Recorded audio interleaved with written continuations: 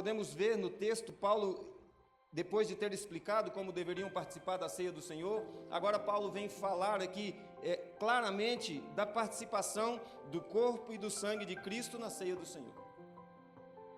E nós precisamos observar a Santa Ceia e os benefícios dela para a igreja.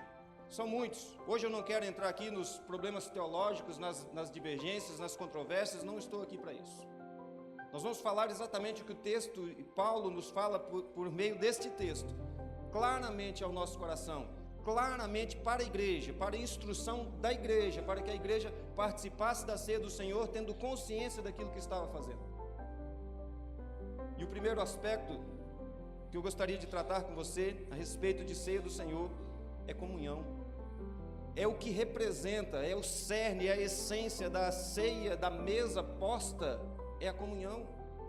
Até na nossa família, na nossa casa, o que representa a mesa posta, todos assentados, um de frente para o outro, representa proximidade, comunhão, relacionamento.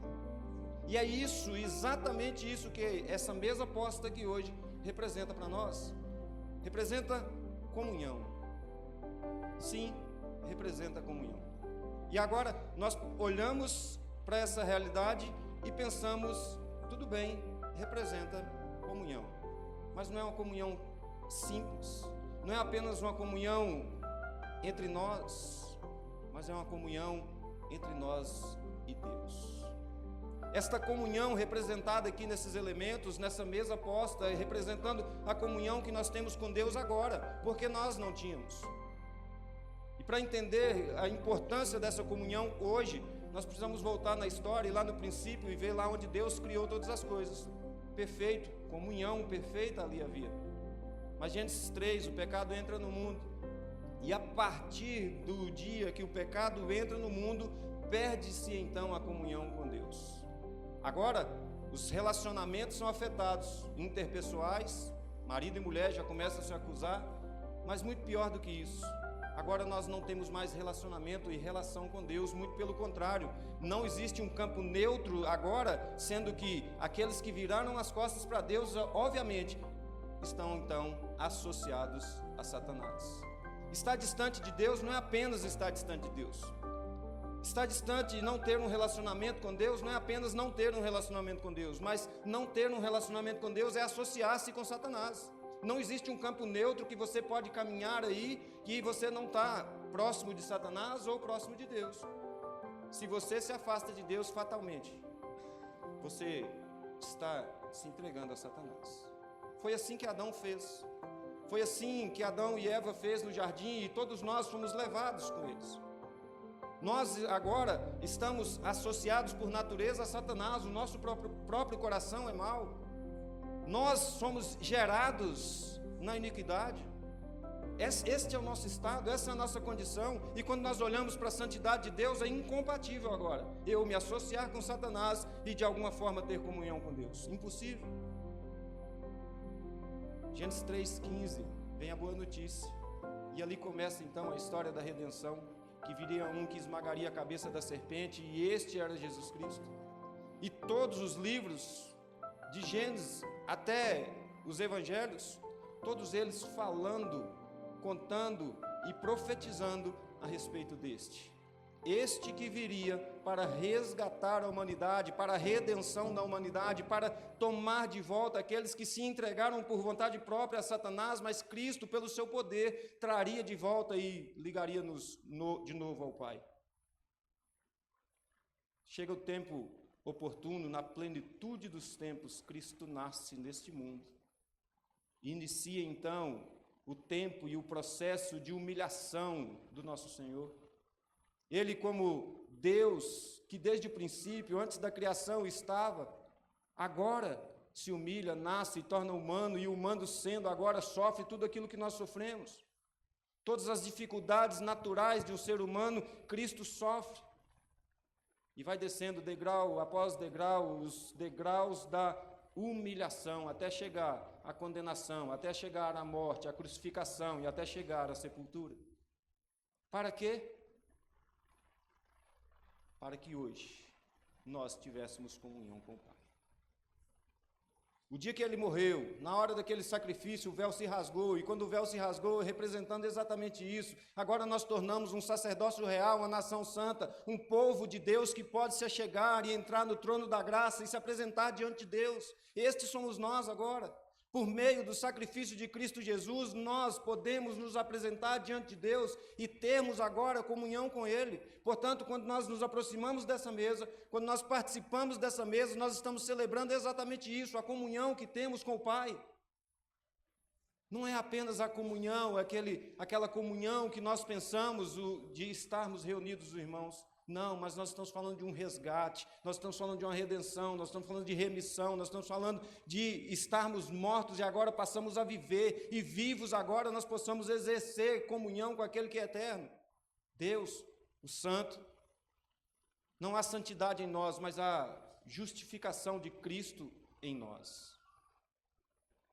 Nós precisamos entender isso, que a comunhão representa isso. E agora, nós como igreja, somos corpo.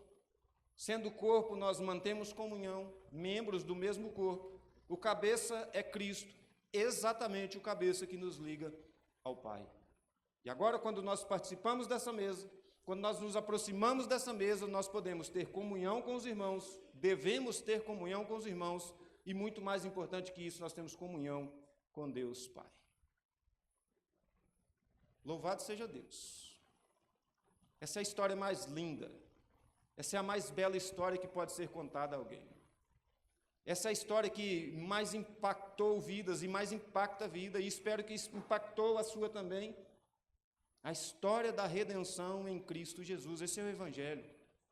Um pecador morto que recebeu vida por meio da morte de Cristo, por amor e por misericórdia.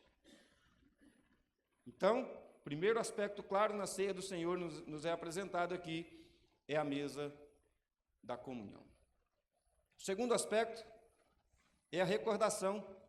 No versículo 25, por semelhante modo, depois de haver ceado, tomou também o cálice, dizendo: este é o cálice da nova aliança, no meu sangue. Fazei isso todas as vezes que beberdes em memória de mim. Porque todas as vezes que comerdes o pão e beberdes o cálice, anunciai a morte do Senhor até que ele venha. Mas aqui aparece duas vezes, no 24, eu li o 25, 24 também fala que, tendo dado graças, partiu o pão e disse: isto é o meu corpo, que é dado por vós, fazei isto em memória de mim. Nós observamos aqui que Cristo institui a ceia, Paulo agora falando-nos a respeito dela, para que nós continuássemos a fazer isso. Calvino defendia que a ceia deveria ser ministrada todos os domingos. Discussões à parte, mas nós fazemos uma vez por mês.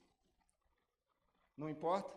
O que importa é que nós fazemos isso em memória de Cristo. Exatamente essa história que eu te contei, a história da redenção em Cristo Jesus, essa é a história que precisa ser relembrada a cada vez que nós nos aproximamos dessa mesa. É isto que tem que vir à sua memória, é isto que tem que trazer a lembrança para que isso esteja vivo, para que isso esteja real, para que isso esteja presente no seu coração, não apenas na sua mente, mas no seu coração, e você entenda a história que está em volta desses elementos representados aqui. Cada vez que nós participamos, você precisa voltar no tempo, rebobinar a fita aí e lembrar daquilo que Cristo fez por você. Onde você estava, onde você estaria se Ele não tivesse feito tal sacrifício em seu lugar. É isto que nós precisamos trazer à memória.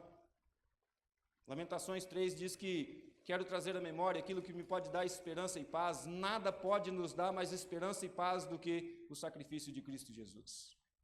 É isto que precisamos trazer à memória. É isso que precisamos relembrar dia após dia. Na ministração da ceia, claramente aqui, mas dia após dia, nós precisamos relembrar do sacrifício de Cristo por nós. Nós não somos um qualquer, nós somos aqueles pelos quais Cristo morreu. E isso precisa ficar claro na minha mente, para que isso desça para o meu coração e mude a minha vida. Isso precisa ficar claro para que as pessoas entendam que eu não sou como elas, mas eu sou diferente delas, porque Cristo morreu por mim e eu entendi isso. E eu relembro isso todas as vezes que participo então da ceia do Senhor. Relembrar, trazer à memória, manter fresco na memória, para que nós nunca esqueçamos daquilo que Cristo fez por nós. Relembrar é necessário. relembrar boas histórias mais ainda. Isso nos consola, nos conforta, nos traz paz, nos traz esperança. Sabendo que alguém nos amou tanto, nós não podemos esquecer disso. Nunca poderemos esquecer disso. Isso tem que estar sempre claro, límpido na nossa mente, para que nós nunca nos afastemos desse amor, Cristo Jesus. Terceiro aspecto, claro também, é a proclamação, versículo 26. Porque todas as vezes que comedes o pão e bebedes o cálice, anunciai a morte do Senhor até que Ele venha. Portanto, quando nós participamos dessa ceia, nós não só celebramos a comunhão, nós não só fazemos a recordação, mas nós estamos aqui anunciando essa história magnífica do Evangelho de Cristo Jesus. Essa história é uma encenação para aqueles que não conhecem a Cristo. Nós não estamos repetindo o sacrifício de Cristo porque Ele está exaltado no seu alto e sublime trono, sentado lá e de lá não sai. Porque Ele tem poder sobre tudo e sobre todos. E agora nós, nesse tempo, nós fazemos como um teatro e representamos o que Cristo fez por nós. Para que aqueles que não conhecem a Cristo vejam e entendam o que Ele fez pela sua igreja. E este que vendo a Cristo e entendendo, ouvindo de Cristo, ouvindo do seu amor, renda-se aos seus pés e torne um dos seus. E possa então ter a alegria de fazer parte destes que foram lavados pelo sangue de Cristo Jesus. O mundo só crerá quando ouvir ou quando vê a ação de Cristo. Nós precisamos proclamar por meio da ceia. No ato que nós fazemos aqui é um ato de proclamação, por isso nós fazemos publicamente, para que todos vejam e para que todos entendam. Mas muito mais do que isso, nós precisamos proclamar com a nossa vida, com o nosso viver, as ações espirituais desses elementos na minha vida, que me fortalece, que me anima e que me guia, me dirige. Essas ações precisam me guiar na minha vida, no meu mundo, no lugar em que eu estou plantado, no lugar em que eu vivo, para que os outros vejam Cristo em mim como se fosse uma encenação própria em mim, do amor de Cristo manifestado a cada um de nós. Nós precisamos, como igreja, hoje, proclamar as boas novas deste Evangelho. Não há outro meio de salvação. Não há outro meio pelo qual os homens podem ser salvos, senão por meio desse sacrifício. Portanto, esse sacrifício precisa ser ensinado, mostrado, proclamado, pregado, para que outras pessoas tenham também a oportunidade que você teve de ter esperança da vida eterna. Não é exclusividade nossa, não. Todos. Cristo morreu para todos. Vai salvar aqueles que são seus. E muitos destes estão esperando ouvir, por meio da minha vida, da minha boca, por meio da sua vida e da sua boca, a respeito de Cristo Jesus. Proclamar é necessário. Para isso Deus nos chamou, para proclamar as boas novas do seu Evangelho. Ide por todo mundo, pregai o Evangelho a toda criatura. Essa é a ordem maior de Cristo para nós como igreja. Nós precisamos proclamar como nós podemos ter o remédio para a morte eterna e guardamos para nós.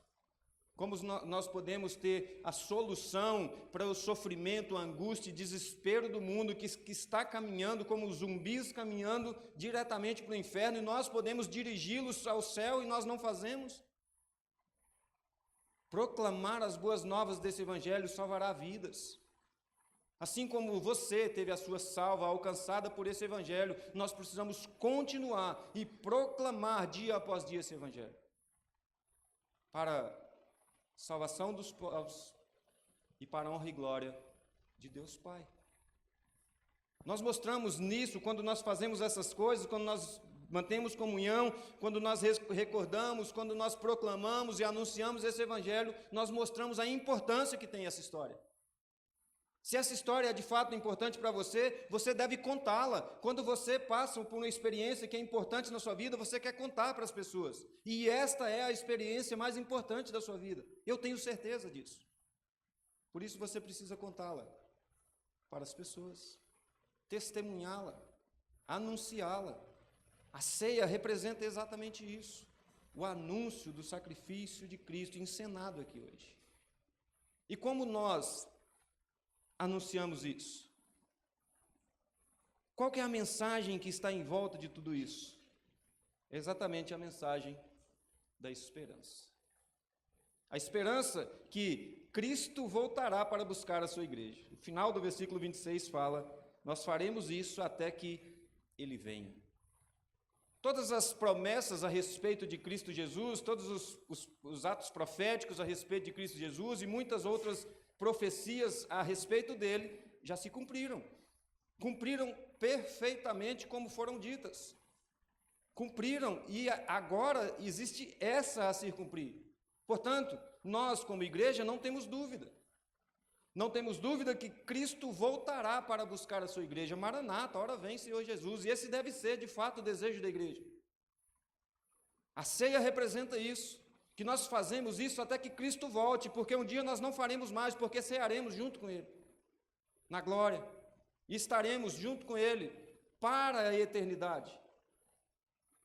Mas até lá, nós precisamos entender que Ele voltará.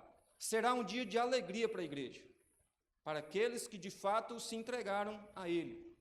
Mas também será um dia de tristeza e de tormento para aqueles que não o conheceram, para aqueles que rejeitaram a Jesus. Ou para aqueles, quando nós voltamos lá para o pensamento do Antigo Testamento, ou para aqueles que dizem fazer parte da igreja, ou dizem fazer parte do povo de Deus, mas na verdade faz isso com o coração vazio, esses também. Será um dia de tristeza. E é exatamente esse ponto que eu quero chamar você à reflexão. O que você veio fazer aqui nessa noite? Qual a preparação espiritual, qual a preparação do seu coração para se aproximar dessa mesa? Lembra que eu não estou desestimulando ninguém a não participar da ceia do Senhor, muito pelo contrário. Você deve participar. Você tem a oportunidade e o privilégio grandiosíssimo de participar dessa ceia do Senhor, mas que esteja preparado para isso. Que a sua vida seja uma vida condizente com o evangelho que é pregado, com a história que é representada aqui. Saiba que Jesus voltará em breve e voltará para julgar vivos e mortos. E aqueles que rejeitaram a Jesus, será o dia mais triste da história deles, que passará então para uma eternidade de sofrimento. Nós, como igreja, louvado seja Deus, pela graça e misericórdia de Deus, nós podemos gozar da alegria dos céus. Mas o fato é que Jesus está voltando, e Ele voltará. E como nós estaremos para nos apresentar diante dEle? Como nós estaremos para apresentar as nossas credenciais, que não são elas que nos salvam, mas nós fomos salvos em Cristo Jesus para viver de acordo com a sua vontade, e agora nós podemos apresentar as nossas credenciais. Como nós nos apresentaremos diante dele? Ou como nós nos apresentamos diante dessa mesa hoje? Tudo isso está envolvido aqui. Memória, relembrança, pureza. Muitas coisas estão claras nessa celebração. E uma delas é a esperança. A esperança que nos é dada por meio do sacrifício de Cristo. Se nós celebramos e celebramos com alegria, exatamente porque foi um sacrifício, foi doloroso, nós sabemos de tudo isso. Mas isso é o meio pelo qual nos dá esperança. Portanto, é motivo de alegria. Nós celebramos a ceia não com pesar e com tristeza mais, mas celebramos com alegria, porque aquele que morreu não está morto, vivo está. E por isso, este é o motivo da nossa alegria. Nós lembramos do sofrimento, e sofremos também, mas logo nós somos levados, porque sabemos que Ele ressuscitou e está dominando sobre tudo e sobre todos. Reflexão, essa é a palavra de hoje. Reflita sobre os seus atos, suas ações, o seu culto. Eu te pergunto, será que 100 milhões de pessoas espalhadas pelo Brasil cultuam a Deus como Deus gostaria de ser cultuado? Esses que se dizem evangélicos? Será que eu tenho cultuado a Deus como Ele gostaria de ser cultuado? Reflexão. Nós precisamos pensar muitas vezes, porque nós muitas vezes entramos no automático e fazemos as coisas que rotineiramente fazemos e vamos praticando as práticas que sempre praticamos, que aprendemos, fomos treinados, condicionados a isso e permanecemos fazendo tais coisas sem uma reflexão a respeito daquilo. Quantas vezes nós viemos à igreja, participamos da ceia do Senhor e vamos embora como se nada tivesse acontecido?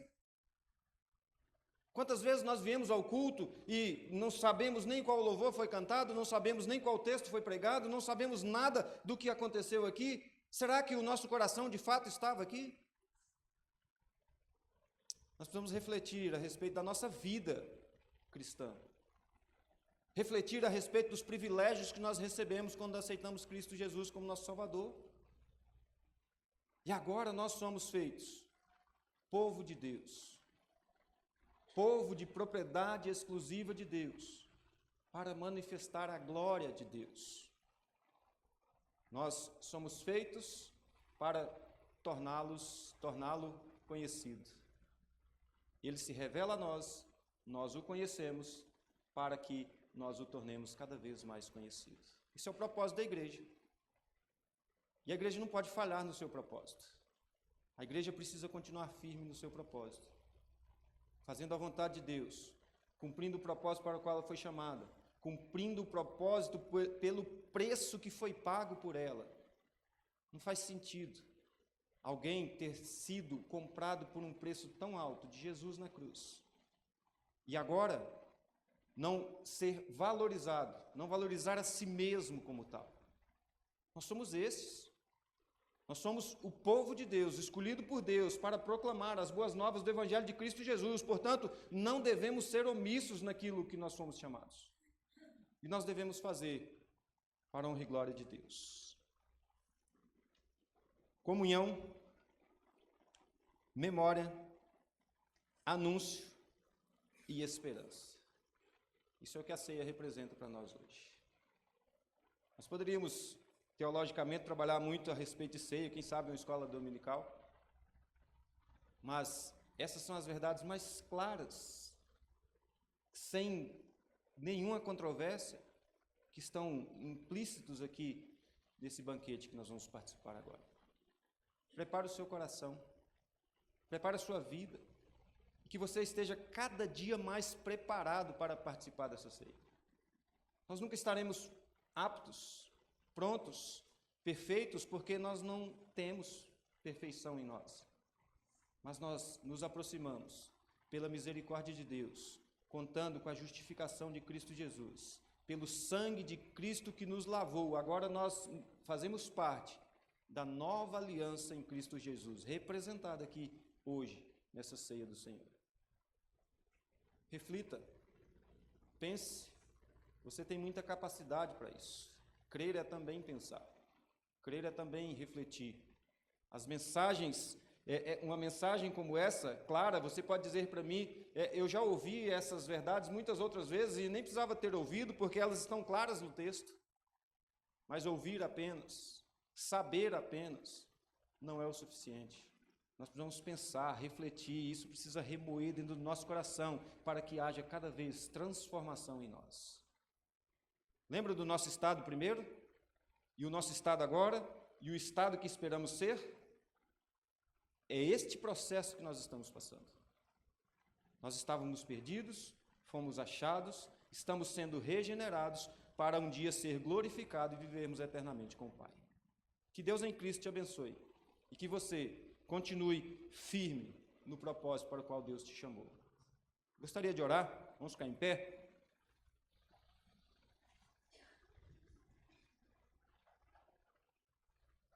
Deus Pai, muito obrigado, Pai. Muito obrigado pelo Teu amor para conosco, muito obrigado porque o Senhor tem nos amado apesar de nós, o Senhor tem nos purificado nas nossas imperfeições, o Senhor tem nos perdoado dos nossos pecados. Muito obrigado, Deus. Muito obrigado porque o Senhor tem amado-nos muito mais do que nós merecíamos. Tem cuidado de nós muito mais do que nós esperávamos. Obrigado, Senhor.